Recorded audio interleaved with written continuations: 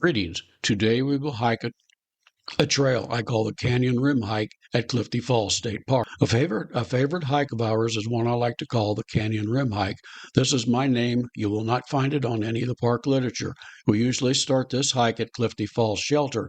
We hike the east rim of the canyon, descend into Clifty Creek Canyon, cross the creek, and hike the west rim. This hike is about 8 miles long and usually takes us just under 4 to 5 hours. Before we start, I'd like you to know that this episode is based upon my book, Clifty Falls State Park, available on my website, www.mossyfeetbooks.com. While visiting the website, you can subscribe to it and receive email notifications of when I publish a new book or other content like this video and podcast. You can also subscribe to the Mossy Feet Books YouTube channel to ensure you don't miss any of my content there. This hike entails several different trails to form a loop. The eastern portion is extremely rugged. It is one of the roughest trails we have hiked anywhere. The western portion across the creek is not as rugged, but there is a long pole ascending from the creek bed to the canyon rim. This loop returns to Clifty Shelter. Starting at Clifty Shelter, hike along the fence that edges the canyon rim. There are picnic tables all along here and modern restrooms just north of the shelter. A large play field is to the east of the shelter on the other side of the park road. Two lookouts offer fabulous view of the falls. In the spring, the cascade can be quite impressive. However, later in summer and fall, the water slows to a trickle. This can be the busiest part of the park during weekends in spring and summer. We take Trail 7 at the trailhead. From this trail, we next encounter Cake Rock. This huge limestone slab from the right angle looks like a huge slice of chocolate cake. An early spring hike finds this formation covered generously with heavily blooming orange columbines. They cling to the rock in just about every crevice and in an unbelievable show. This trail loop, taken in April or May, usually provides a bountiful show of spring wildflowers on both sides of the rim. From here, the trail passes down a steep set of stairs to a bridge which crosses just above Little Clifty Falls. From here it is pretty rugged, up wooden or stone steps. In some places it clings to the rock face, the canyon just a misstep away on the right. Wild geraniums, columbines, shooting stars, fleabane, several species of violets, and wild delphinium color the canyon wall in spring. The rugged beauty of the canyon below is really wonderful. Trail 6 intersects Trail 7 at Lookout Point. Trail 6 ends. Trail 7 continues the southward trek along the rim to Hickory Grove Picnic Shelter. From there, the hiker must hike the road for about a half a mile stretch to Tunnel Falls. At the falls, take Trail 5. Trail 5 passes the railroad tunnel. If you wish to explore the tunnel, you will need a flashlight and follow the instructions at the tunnel entrance for white nose syndrome to protect the bats inside. The nearly 1/4 mile tunnel is pitch black about 1/4 of the way in. As the tunnel's south entrance is passed, the trail becomes much prettier.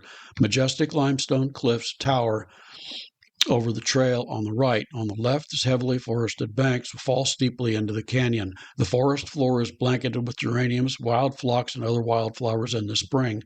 After the tunnel, the hiker passes the final waterfall, Hoffman Falls. Here, the rock cliffs are again heavily covered with columbines. A bridge crossing the creek just above the falls provides a good spot to stop and enjoy the wild beauty that surrounds you. Just past Hoffman Falls, Trail 5 ends at the Lilly Memorial. Trail 3 continues past the falls and hugs the canyon wall as it passes behind Poplar Grove Picnic Area. Just past Poplar Grove, it joins Trails 1 and 2, and the three trails run in conjunction until Trail 3 spits off to the right and descends into the canyon. This is the direction to take to continue this loop. At this intersection, Clifty Inn is about a mile distant on Trail 1, straight ahead. The observation tower is on that trail, which allows a nice view of the river. A trail which descends to the creek in the spring is a riot of color. Wild geraniums, delphinium, violets of many colors paint the hillsides in a myriad colors. The air is scented with the earthy fragrance of spring in the forest. The trail descends impatiently at this point. It is in a hurry to reach the bottom, and the hiker is propelled along into a land of sky blue violets, waterleaf, and pink geraniums. Clifty Creek cascades over rocks as it moves hurriedly onto the nearby Ohio River. To cross, you may have to remove your shoes and move gingerly over the sharp, slippery rocks to the other side. On the other side, it is nice to sit on a rock, allowing the feet to dry in the warm spring sun. It is peaceful here, a wild landscape through which the creek flows through heavily forested canyon. During periods of high water, the creek may be impassable. Do not try to cross if the water is too high, as the water may sweep you into the Ohio River. As you ascend the canyon, the lower woodland flowers and the moist environment of the creek are replaced by more delphiniums. Higher up, bright yellow wood poppies splash color along the trail. It is nice to take your time here, admiring the rich green and yellow woodland floor. It is about a 20-minute hike up the hill. There is a large dead log near the trail for the weary to rest. Here the forest is drier and the flowers are sparse. The woodland is open, allowing a good view of the surrounding forest. The trail is very level and progress is good. The trail crosses 3 small streams which create waterfalls in their beds. As their beds fall away, the water tumbling to the rocks far below. Finally, near the end, you hear Clifty Falls in the distance through the trees, and the trail is now only 20 feet above the creek as you pass the falls, still traveling upstream. It is quite beautiful here, and the trail is easily hiked.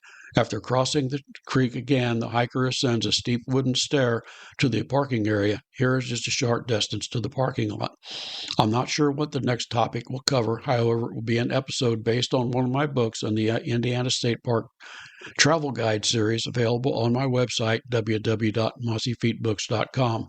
The books contain interesting information about the history, geology, and features of the park, as well as tons of information about day trip destinations in the area of the park. I encourage you to visit the website and subscribe to it. I hope you enjoyed this podcast.